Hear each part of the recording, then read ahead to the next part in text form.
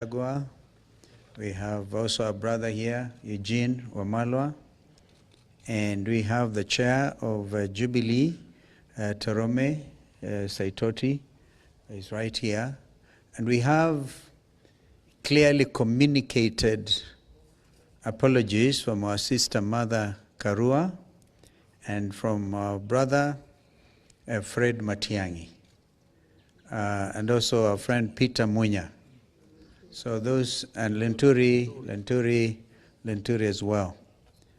So with those remarks, I want to welcome our brother JB to read a very important national statement.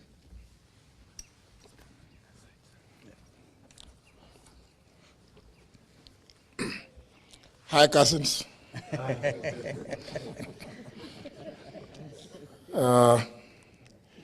As has already been indicated, this is a joint statement by the United Opposition on the murder of Albert Ojwang, as well as the continued intimidation of online and offline critics of the Kenya Kwanza heinous regime. Fellow Kenyans, 3 years ago, none of us could have imagined or predicted that we would be standing in front of you today in shock and horror, listing the atrocities and premeditated killings of Kenyans by the current regime.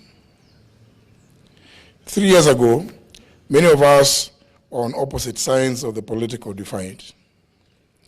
We advocated for our plans and manifestos, eager to make a difference for our country, for the better, for posterity. Whether on the Kenya Kwanza, all Azimio la Umoja, One Kenya alliance sides, none of us gathered here today would have made plans to offer security or ensure that our staff and their families, indeed our own families, have a hotline for protection and help, because the threat of abductions and illegal detentions was an imminent reality. We simply did not imagine it. Nor could we ask any Kenyan to prepare for it. This aberration has been perpetuated by the increased illegal surveillance, abductions, and illegitimate detentions, some of them ascribed to mistaken identity. It has become the modus operandi of a callously inhumane, Ruto-led regime. It is one, if not the major reason, why senior members of the Kenya Kwanza have been impeached, forced into resignations, or indeed have been sacked because they questioned and sought answers for these indecent atrocities that go against human understanding. It is the reason, ladies and gentlemen, that these brave souls, unbound and uncompromised, stand here as the united opposition determined to komboa Kenya. Friends, our beloved republic, when that 1-year-old Albert Ojwang walked back to his home in Migori on June 6, 2025, neither he nor his parents, his relatives, and his young wife were aware that these were his last hours on earth. Albert was neither sick nor wounded. He had in fact spent the day actively planning his home garden, calculating its eventual harvest. Albert, a Kiswahili and religious studies teacher based in Voi, was a single hope of his parents and father to a 2.5-year-old child. Albert was picked up by police officers riding motorcycles in Kakot, Homa Bay, and taken away because of an alleged offensive social media post about a senior police officer, now identified as the Deputy Inspector General of Police, Eliud Lagat. 32 hours later, after the police who arrested Albert assured his parents that he was well and only needed a heavy overcoat because Nairobi was cold, Albert was dead.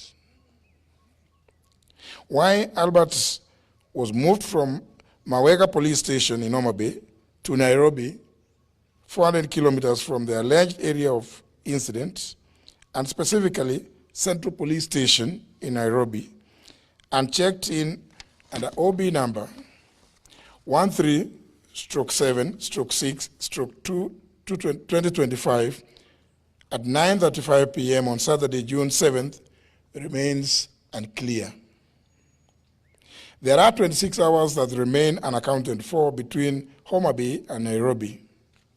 26 hours when a healthy man, having lunch with his young family, arrived, according to many sources, bleeding with serious injuries, 26 hours before being declared dead on arrival, allegedly at Bagathi Hospital, Nairobi, at 1:39 a.m. Today, ladies and gentlemen, this is no ordinary gathering. Albert's family has questions. We too have questions. Kenyans have questions. And indeed, the international community has questions. We all demand answers to the following.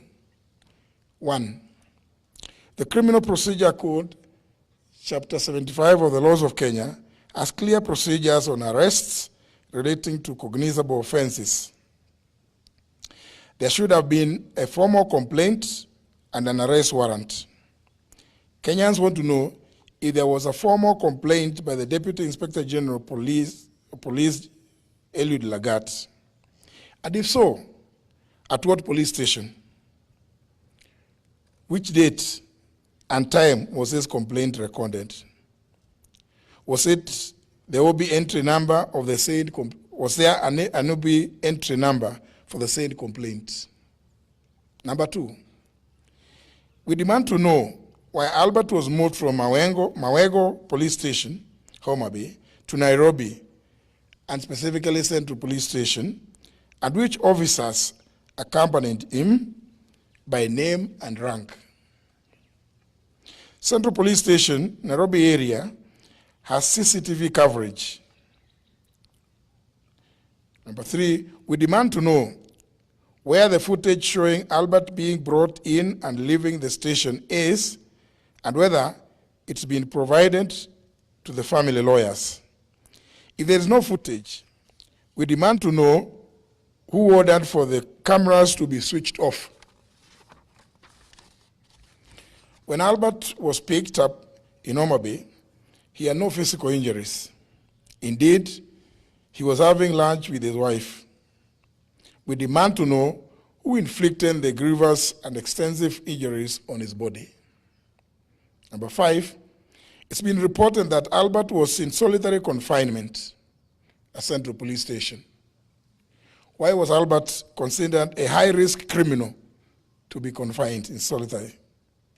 If he was not in solitary confinement, as alleged, who are his cellmates and how many were they? We therefore demand to know that demand to be shown the cell register to show whether he was with other inmates or he was in solitary confinement. Number 6, yesterday, June 10th, 2025,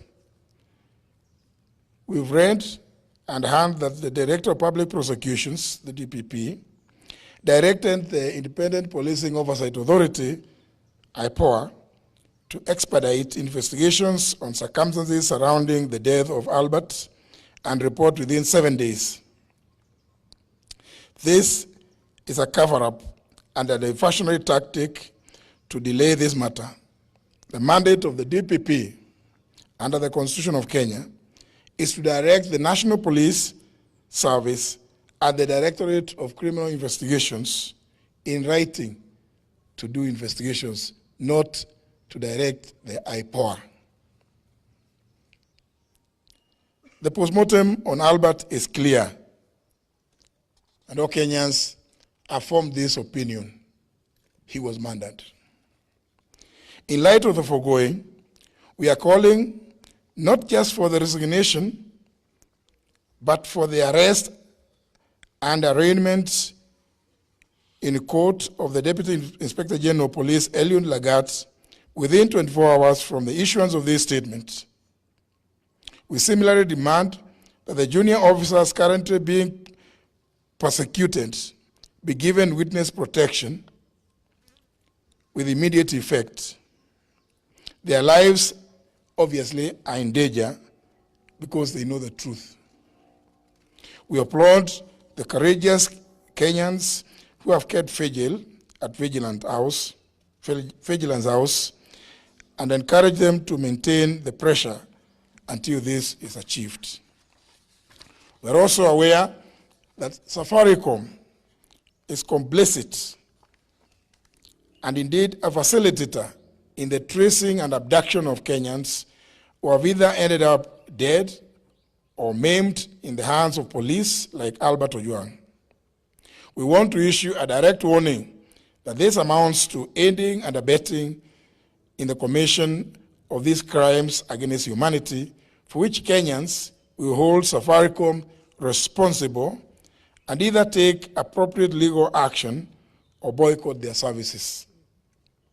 Finally, ladies and gentlemen, due to the persistent targeting, kidnapping and abductions, intimidation, and love arrests and murder of young people by this heinous and degenerate regime led by William Ruto, we reiterate our call for the June 25th to be a people's public holiday, a day of memorial in honor of all Kenyans who have lost their lives under this regime. Thank you. God bless Kenya. I think it's a very clear statement. I don't know whether anybody in here, because I think something so serious needs to be digested as it is. Yes. No questions. Thank you. Maybe, but anyway, it's okay. Anyway, clear.